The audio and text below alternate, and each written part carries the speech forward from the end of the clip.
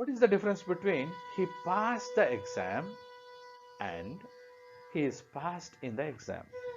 He passed the exam ಅನ್ನೋದಕ್ಕೂ he is passed ಅನ್ನೋಕ್ಕೂ he is passed ಏನು ವ್ಯತ್ಯಾಸ?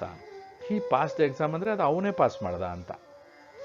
he is passed ಅಂದರೆ ಅವನು pass ಮಾಡಲಿಲ್ಲ, ಅವನು ಪಾಸ್ ಮಾಡಲ್ಪಟ್ಟ. 35% ಬೇಕು, ಆದರೆ 34 ಬಂದ್ಬಿಟ್ಟಿದೆ.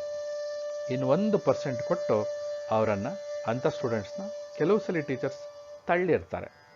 ಈ ಥರದ ಸೆಂಟೆನ್ಸ್ ಹೇಳಬೇಕಾದ್ರೆ ಹೀ ಪಾಸ್ಡ್ ಅಂತ ಹೇಳೋಕ್ಕಿಂತ ಹೀ ಈಸ್ ಪಾಸ್ಡ್ ಅಂತ ಹೇಳೋಕ್ಕೆ ತುಂಬ ಮುಖ್ಯ ಆಗತ್ತೆ.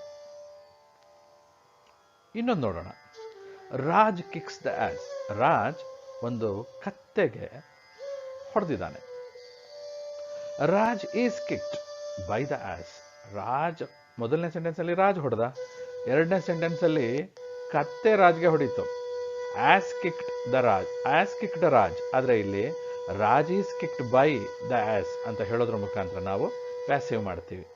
ರಾಜ್ ಹೊಡೆಯೋದಕ್ಕೆ ಆಕ್ಟಿವ್ ವಾಯ್ಸ್ ಬೇಕು, ರಾಜ್ಗೆ ಹೊಡೆತ ಬಿದ್ದಿದೆ ಅಂದಾಗ ಪ್ಯಾಸಿವ್ ವಾಯ್ಸ್ ಬೇಕು. What is the difference between I will tell you the news later, I will be told the news later? I will tell and I will be told. I will tell ಅಲ್ಲಿ ನಾನು ಹೇಳ್ತೀನಿ ಅಂತ ಹೇಳ್ತಾ ಇದ್ದೀನಿ. I will be told ಅಂದರೆ ನಾನು ಹೇಳಲ್ಪಡ್ತೀನಿ, ಅಂದರೆ ನನಗ್ಯಾರೋ ಹೇಳ್ತಾರೆ, ನಾನು ಕೇಳಿಸ್ಕೊತೀನಿ ಅಂತ ಎರಡನೇ ಸೆಂಟೆನ್ಸ್ ಹೇಳ್ತೀವಿ. ಹೀಗೆ ಈ 3 ಸೆಂಟೆನ್ಸ್ಗಳನ್ನು ನಾವೇನಾದರೂ ಸ್ವಲ್ಪ ಅರ್ಥ ಮಾಡ್ಕೊಂಡಿದ್ರೆ ಆಕ್ಟಿವ್ ವಾಯ್ಸ್ ಪ್ಯಾಸಿವ್ ವಾಯ್ಸ್ನ ಡಿಫ್ರೆನ್ಸ್ನ ನಾವು ಅರ್ಥ ಮಾಡ್ಕೊಂಡಂಗೆ. ಇನ್ನೂ 3 ವಿಡಿಯೋ ಇದೆ. ಈ ವಿಡಿಯೋ ಅಲ್ಲದಲ್ಲೇ ಇನ್ನೂ 3 ವಿಡಿಯೋ ಇದೆ. ಈ ವಿಡಿಯೋ ಕೇವಲ ಯಾಕೆ ಕಲಿಬೇಕು ಅನ್ನೋದರ ಒಂದು ಲಾಜಿಕ್ಗೋಸ್ಕರ ಮಾಡಿರ್ತಕ್ಕಂಥ ವಿಡಿಯೋ. ಹಾಗಾಗಿ ಕೊನೆಯಲ್ಲಿ ಪ್ರಾಕ್ಟೀಸ್ ಮೆಟೀರಿಯಲ್ ಕೊಡ್ತೀನಿ. ಈ ವಿಡಿಯೋನ ಕೊನೆ ತನಕ ನೋಡೋದನ್ನು ಮರಿಬೇಡಿ.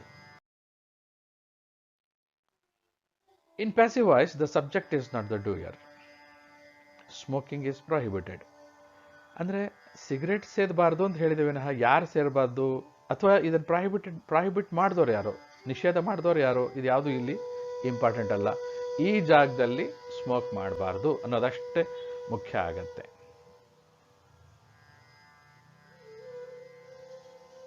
Cheques are accepted. ಯಾರು ಚೆಕ್ನ ಅಕ್ಸೆಪ್ಟ್ ಮಾಡ್ಕೋತಾರೆ? accepted in this bank by the manager, by the clerk. ಇವು ಯಾವುದು ಇಂಪಾರ್ಟೆಂಟ್ ಅಲ್ಲ. Mahatma Gandhi was assassinated. ಯಾರು ಅವನನ್ನು ಕೊಂದಿದ್ದು? ನಾಥುರಾಮ್ ಗುಡ್ಸೆ ಬಗ್ಗೆ ಇಲ್ಲೇನೂ ಹೇಳಿಲ್ಲ. ಮಹಾತ್ಮ ಗಾಂಧಿನ ಇಂಪಾರ್ಟೆಂಟ್ ನಮಗೆ, ಕೊಂದವರೆಲ್ಲ ಇಂಪಾರ್ಟೆಂಟು, ಯಾರು ಹೋದ್ರು ಅನ್ನೋದು ಮುಖ್ಯ ನಮಗೆ. ಹಾಗಾಗಿ ಇಂಥ ಸೆಂಟೆನ್ಸ್ಗಳಿರುತ್ತೆ. ದ ಪ್ಯಾಸಿವ್ ವಾಯ್ಸ್ ಯಾಕೆ ಬೇಕು ಅನ್ನೋದನ್ನು ನಾವು ಗಮನಿಸ್ತಾ ಇದ್ದೀವಿ. OTP ಅಂತ ಬಂದಾಗಲೆಲ್ಲ ನಾವು ಗಮನಿಸಿ ಅಂತಲೇ ಹೇಳೋದು. OTP ಅಂದರೆ ಅಬ್ಸರ್ವ್, ಟ್ರೈನ್ ಆ್ಯಂಡ್ ಪ್ರಾಕ್ಟೀಸ್ ಅಂತ. Note, in the passive the object of the active verb becomes the subject. ಅಂದರೆ ಒಂದು ಸೆಂಟೆನ್ಸಲ್ಲಿ ನಮಗೆ ಸಬ್ಜೆಕ್ಟ್ ಆಬ್ಜೆಕ್ಟ್ ಅಂತ ಎರಡು ಇರುತ್ತೆ, ಮಧ್ಯದಲ್ಲಿ ವರ್ಬ್ ಇರುತ್ತೆ. ಸಬ್ಜೆಕ್ಟ್ ಅಂತಂದರೆ ಈಗ for example I eat a mango ಅಂತ ಇದೆ. ಐ ಈಟ್ ಎ ಮ್ಯಾಂಗೋ ಅಂತಂದರೆ ನಾನು ಅನ್ನೋದು ಸಬ್ಜೆಕ್ಟ್ ಆಗುತ್ತೆ, ಎ ಮ್ಯಾಂಗೋ ಅನ್ನೋದು ಆಬ್ಜೆಕ್ಟ್ ಆಗುತ್ತೆ. The object of the active verb becomes a subject ಅಂದರೆ ಇಲ್ಲಿ ಮ್ಯಾಂಗೋ ಅನ್ನೋವಂಥದ್ದು ಸಬ್ಜೆಕ್ಟ್ ಆಗುತ್ತೆ, ಐ ಅನ್ನೋದು ಆಬ್ಜೆಕ್ಟ್ ಆಗುತ್ತೆ. The mango is eaten by me ಅಂತ ಹೇಳ್ತೀವಿ. ಹಾಗಾಗಿ in the passive the object of the active verb becomes the subject. To make the passive use the appropriate form of the verb to be plus past participle. I eat a mango ಅಂತ ಈಗ ತಗೊಂಡ್ವಿ. A mango ಇದೆ. Appropriate form of the verb ಏನಾಗುತ್ತೆ? To be verb ಏನಾಗುತ್ತೆ? A mango. ಒಂದು mango ಆಗಿರೋದ್ರಿಂದ a mango is eaten ಅಂತ ಹೇಳ್ತೀವಿ.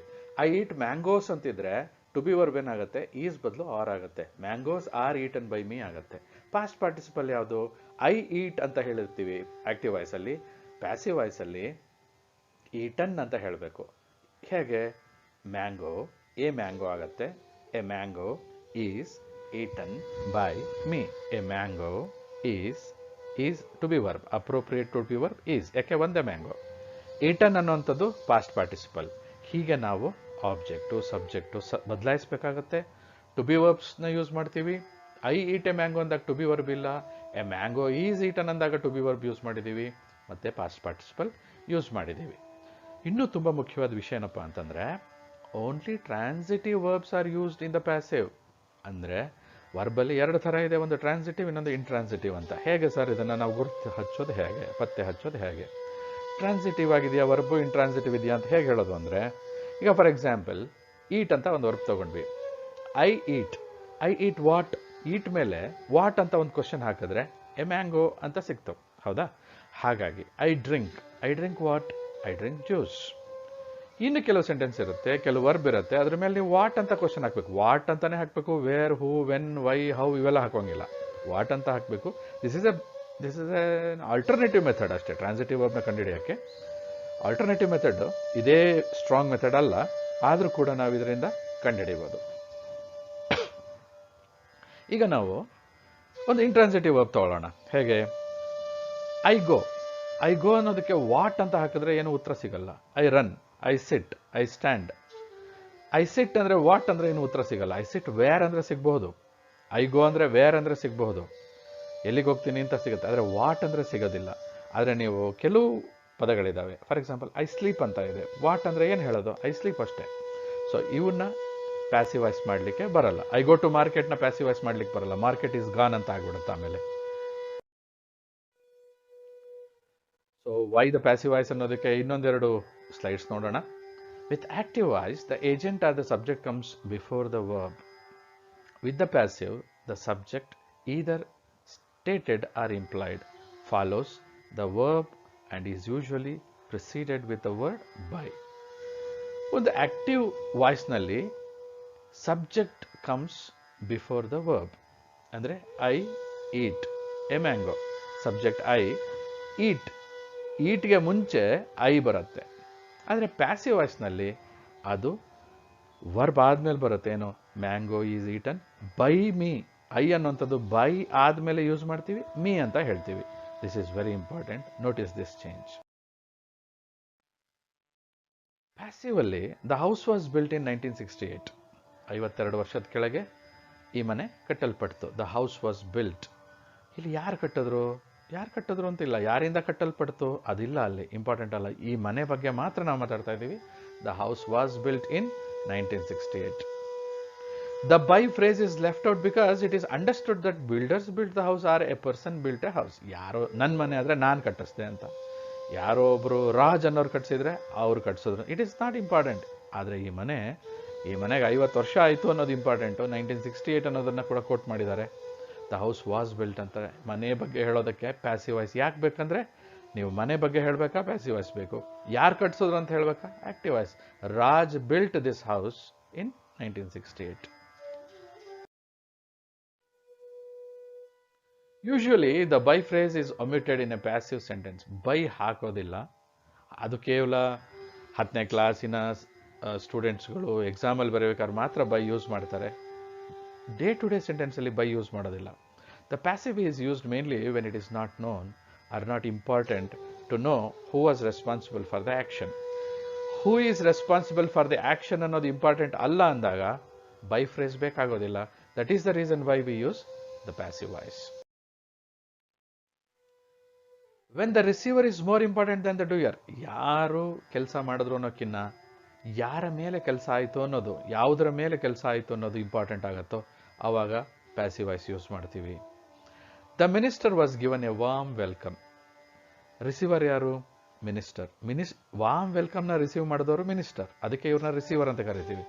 Receiver is more important than that. ಯಾರು ಇವರನ್ನು ವೆಲ್ಕಮ್ ಮಾಡಿದ್ದು, that is not important. So we use passive voice. When the state of action done is more important than the performer. Performer, doer, subject ಎಲ್ಲ ಒಂದೇ. ಏನು ನಡೆದಿದೆ, action done is important. That is the reason why we use passive voice. The meeting is cancelled. State of action ಏನು? Meeting cancel ಆಗಿದೆ ಅನ್ನೋದು ಎಲ್ರಿಗೂ ತಲುಪಬೇಕಾಗಿರ್ತಕ್ಕಂಥ message ವಿನಃ ಯಾರು ಮೀಟಿಂಗ್ನ ಕ್ಯಾನ್ಸಲ್ ಮಾಡಿದ್ರು ಅನ್ನೋದು ಅಲ್ಲ, ಯಾಕೆ ಮೀಟಿಂಗ್ ಕ್ಯಾನ್ಸಲ್ ಆಯಿತು ಅನ್ನೋದು ಅಲ್ಲ. That is secondary. But most important thing is not the performer but the action done. Therefore, the meeting is cancelled. This is enough sentence. When it is not known who did it. ಆದರೆ ಯಾರು ಮಾಡೋದು ಅಂತ ಗೊತ್ತಿಲ್ಲ. The window is broken. ಯಾರೋ cricket ಆಡ್ತಿದ್ದೋ, ಆ cricket ಆಡೋ ಹುಡುಗರು ಆ ಕಿಟಕಿನ ಮುರಿದಿರಬಹುದು. ಆದರೆ ಯಾರು ಮುರಿದ್ರು ಅಂತ ಯಾರು ನೋಡಿಲ್ಲ, CC ಕ್ಯಾಮ್ರಾ ಇಲ್ಲ, ಹಾಗಾಗಿ ನಮಗೆ ಗೊತ್ತಿಲ್ಲ ಯಾರು ಮಾಡಿದ್ರು ಅಂತ. When we do not know who did it. To exhibit humility ಅಂದರೆ ನಿಮ್ಮ ವಿನಯ, ವಿಧೇಯತೆ, ವಿನಮ್ರತೆಯನ್ನು ಎಕ್ಸ್ಪ್ರೆಸ್ ಮಾಡಬೇಕಾದ್ರೆ ನೀವು ಹೇಳಬೇಕು, arrangement is made, yeah it happened. ಹೌದು, ಅರೇಂಜ್ಮೆಂಟ್ ಚೆನ್ನಾಗಾಗಿದೆ, ಅದು ಹಾಗಾಯಿತು, ನಾನು ಮಾಡಿದೆ ಅಂತ ಇಲ್ಲಿ ಹೇಳ್ತಿಲ್ಲ. ಈ ವಿನಮ್ರತೆನ, ಹ್ಯುಮಿಲಿಟಿನ ಹೇಳೋಕ್ಕೆ ಪ್ಯಾಸಿವ್ ವಾಯ್ಸ್ನ ನಾವು ಯೂಸ್ ಮಾಡಬಹುದು. When the doer is to be kept a secret, ನಿಮಗೆ ಯಾರು ಮಾಡಿದ್ರು ಅನ್ನೋದನ್ನು ಒಂದು ಸೀಕ್ರೆಟ್ ಆಗಿಡಬೇಕು ಅಂತಿದೆ, ಆವಾಗ ಕೂಡ ಹೇಳ್ಬೋದು. The meeting is propose to be held tomorrow. ಯಾರು ಈ ಮೀಟಿಂಗ್ನ ಕಂಡಕ್ಟ್ ಮಾಡ್ತಾ ಇದ್ದಾರೆ ಅಥವಾ ಯಾಕೆ ಇವೆಲ್ಲವನ್ನು ಸೀಕ್ರೆಟ್ ಆಗಿ ಇಟ್ಟಿದ್ದಾರೆ, ಇಲ್ಲಿ ಮೀಟಿಂಗ್ ಬಗ್ಗೆ ಮಾತ್ರ ಹೇಳ್ತಿದ್ದಾರೆ. It will be done, it will be held tomorrow ಅಂತ ಹೇಳ್ತಾ ಇದ್ದಾರೆ. ಈ ಥರ ಸೆಂಟೆನ್ಸ್ಗಳನ್ನು ಮಾಡಬೇಕಾದ್ರೆ ನಾವು, ಅಂದರೆ ಇದು 5th ಸೆಂಟೆನ್ಸ್, ಈ 5 ಥರದ ಸೆಂಟೆನ್ಸ್ಗಳಿಗೆ ಪ್ಯಾಸಿವ್ ವಾಯ್ಸ್ನ ನಾವು ಯೂಸ್ ಮಾಡ್ತೀವಿ ಅಂತ ನಾನು ಹೇಳ್ತಾ ಬರ್ತಾ ಇದ್ದೀನಿ. ಕೆಲವು ಸಲ ನಾವು ಪ್ಯಾಸಿವ್ನ ಅವಾಯ್ಡ್ ಮಾಡ್ತೀವಿ. Avoid passive as they can't be done properly. Intransitive verbs ಇರುತ್ತೆ. She is sitting on the sofa ಅಂತಿದೆ. ಇದನ್ನು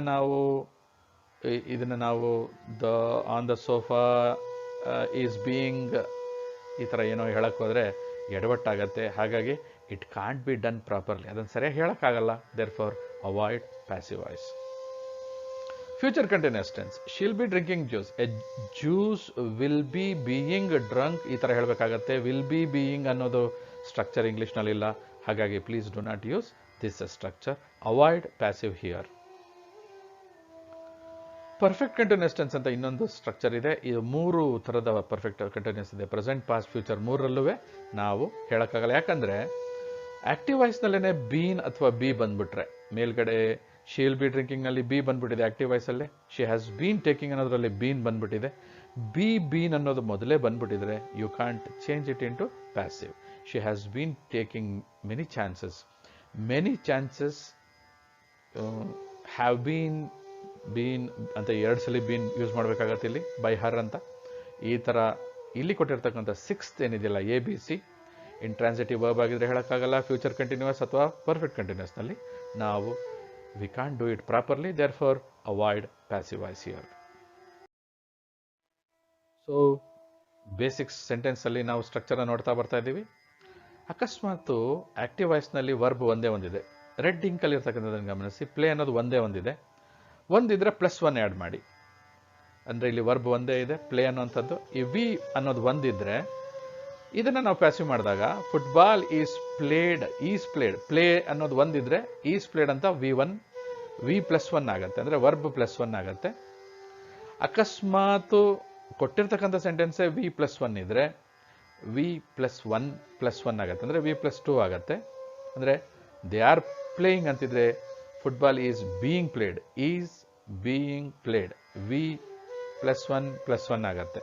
ಆರ್ ಪ್ಲೇಯಿಂಗ್ ಅನ್ನೋದು ವಿ +1 ಆದರೆ ಈಸ್ ಬೀಯಿಂಗ್ ಪ್ಲೇಡ್ ಅನ್ನೋದು ವಿ +1 ಆಗುತ್ತೆ.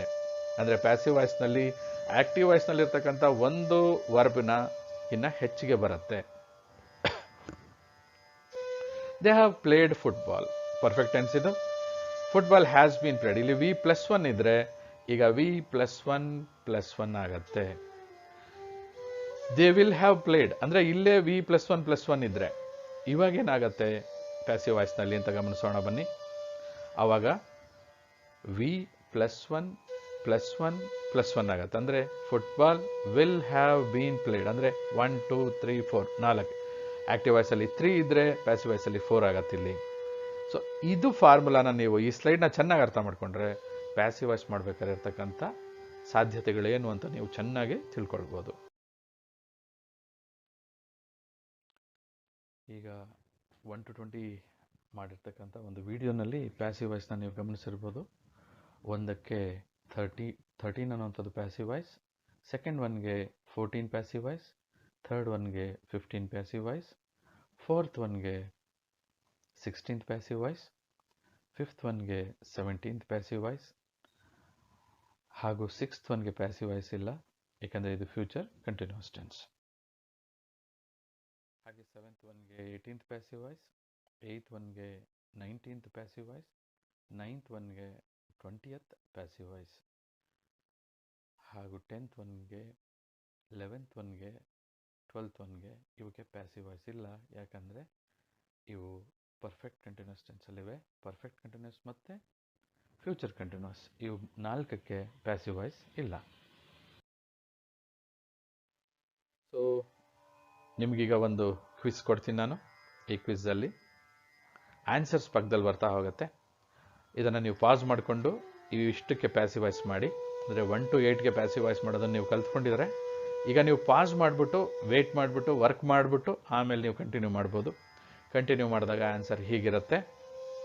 ನೀವೀಗ ಪಾಸ್ ಮಾಡಿ ಈ ಟೆಸ್ಟ್ನ ತೊಗೊಂಡಿದ್ದೀರಾ, 8 ಸೆಂಟೆನ್ಸ್ನ ಮಾಡಿದ್ದೀರಾ ಅಂತ ತಿಳ್ಕೊಂಡು ಇದನ್ನು ನೀವು ವಿಡಿಯೋನ ಕಂಟಿನ್ಯೂ ಮಾಡ್ತಿದ್ದೀರಾ ಅಂತ ನಾನು ಅಂದ್ಕೊಂಡಿದ್ದೀನಿ. ನಿಮಗೆ ನೀವೇ ಮೋಸ ಮಾಡ್ಕೊಳ್ತಿಲ್ಲ ಅಂತ ನಾನು ಅಂದ್ಕೊಂಡಿದ್ದೀನಿ. ಈಗ ಉತ್ತರ ನೋಡೋಣ ಬನ್ನಿ. Nikhil helps Anu. Anu is help by Nikhil, ಇದು ಪ್ಯಾಸಿವ್ ವಾಯ್ಸ್ ಆಗುತ್ತೆ. ಹಿ ಈಸ್ ಹೆಲ್ಪಿಂಗ್ ಹರ್ ಅನ್ನೋದಕ್ಕೆ she is being helped by him ಆಗುತ್ತೆ. ಹಿ ಹ್ಯಾಸ್ ಹೆಲ್ಪ್ಡ್ ಹರ್ ಅನ್ನೋಕ್ಕೆ she has been help by him ಆಗುತ್ತೆ. ಹಿ ಹೆಲ್ಪ್ಡ್ ಹರ್ಗೆ she was help by him. He was helping her ಅನ್ನೋದಕ್ಕೆ she was being help by him. Left ಸೈಡ್ನ right ಸೈಡ್ನ ನೋಡ್ತಾ ಬನ್ನಿ. He had helped her ಅನ್ನೋಕ್ಕೆ 6th sentence she had been help by him, ಇದು passive voice ಆಗುತ್ತೆ. 7th one he will help her ಅನ್ನೋದಕ್ಕೆ she will be help by him. He will have help her ಅನ್ನೋಕ್ಕೆ she will have been help by him. So active ವಾಯ್ಸ್ಗೆ ಈ ಥರ passive voice ಆಗುತ್ತೆ. ಇದನ್ನು ನೀವು ಅರ್ಥ ಮಾಡ್ಕೊಳ್ಳಿ. ಅರ್ಥ ಆಗಿಲ್ಲ ಅಂದರೆ ಕಮೆಂಟ್ ಬಾಕ್ಸಲ್ಲಿ ಕ್ವಶನ್ ಮಾಡಿ. I will answer you. Please comment so that I will come to know how you are receiving the videos. Thanks for watching. Please put your valuable comments. See you in the next video. Till then, keep smiling and keep learning.